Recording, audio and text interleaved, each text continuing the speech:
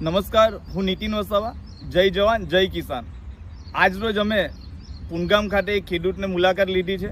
ત્યારે એમના ખેતરમાં જે ટાવર લાઇન જબરજસ્તી તરીકે જે સમય નાખવામાં આવી છે, પૂરતું વળતર પણ આપવામાં નથી આવ્યું.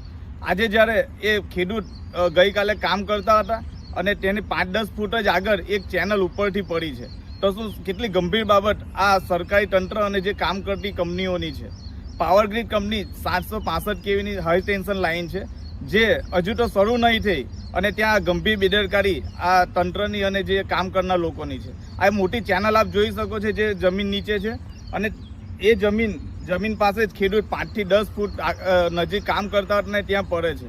જો આ ખેડૂતને કંઈ થશે તો કોની જવાબદારી હતી? એટલે આ સરકારી તંત્ર બેરહેમ ગમે તે રીતે ચાલી રહ્યું છે. કોઈ તંત્રની કોઈ જવાબદારી લેવા તૈયાર નથી. આ જવાબદારી કોની છે?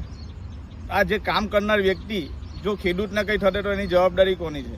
અમારા જે ખેડૂત છે, ખેડૂતભાઈ આપણા જીતેન્દ્રસિંહ, એમના ખેતરમાં ગંભીર ઘટના બને છે અને સુરક્ષાનો બહુ મોટો સવાલ છે. તો તંત્ર અને જે કામ કરતા વ્યક્તિને દરેક ટાવર લાઇન જે કામ થયું છે એને પાછી ચેક કરવામાં આવે, અને કંઈ પણ ખેડૂતને કાંઈ પણ થશે તો પાવર ગ્રીડ કંપની અને સરકારી તંત્રની જવાબદારી રહેશે. જય હિન્દ, જય ભારત.